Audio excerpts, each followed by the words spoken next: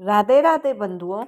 रामायण के प्रसंग में कल हमने चर्चा करी थी कि ब्रह्मा जी स्वयं वाल्मीकि से मिलने के लिए अवरोहित होते हैं और वाल्मीकि जी को कहते हैं कि मेरे आशीर्वाद की शक्ति से तुम्हारे हृदय में सब कुछ स्पष्ट रूप से विदित हो जाएगा और तुम्हारे द्वारा रचित रामायण की कथा त्रुटि रहित होगी।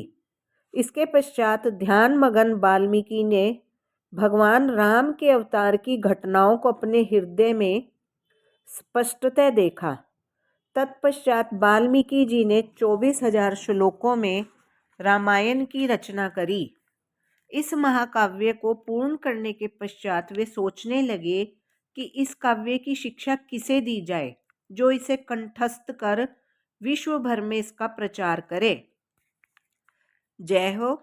जब वाल्मीकि इस प्रकार विचार मगन थे तब उनके शिष्य लव और कुश जो ऋषियों के वेश में थे उनके सम्मुख प्रस्तुत हुए और उन्होंने दिनचर्या के अनुसार उनके चरण स्पर्श किए। वनवास के पश्चात सीता मैया ने इन जुड़वा भाइयों को जन्म दिया था और तब से वे दोनों वाल्मीकि जी की देख रेख में रहने लगे। सीता का विवशतापूर्वक त्याग किया गया।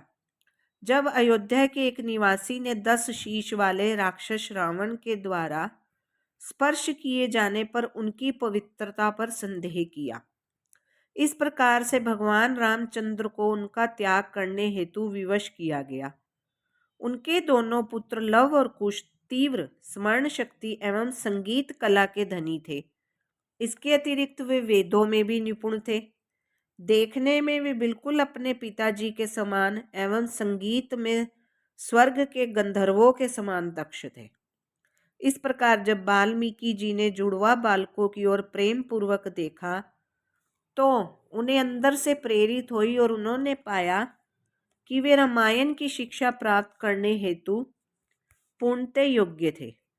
तत्पश्चात वाल्मीकि जी लव एवं कुश को ध्यान पूर्वक संपूर्ण रामायण का अध्ययन करवाने लगे। उन जोड़वा भाइयों ने संपूर्ण रामायण कंठस्थ कर ली।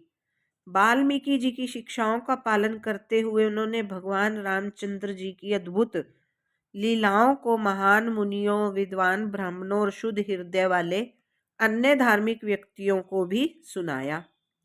विद्वान ब्राह्मणों की भगवान रामचंद्र की लीला कथा श्रवण कर दिव्य आनंद की अनुभूति हुई। ब्राह्मणों ने लव कुश की प्रशंसा की और उन्हें बहुमूल्य उपहारों से पुरस्कृत किया। उस दिन से लव और कुश विश्व भर में भ्रमण करने लगे और महाकाव्य रामायण की कथा सुनाने लगे। इस प्रकार से भ्रमण करते हुए वे अंततः अयोध्यापुरी जा पहुंचे।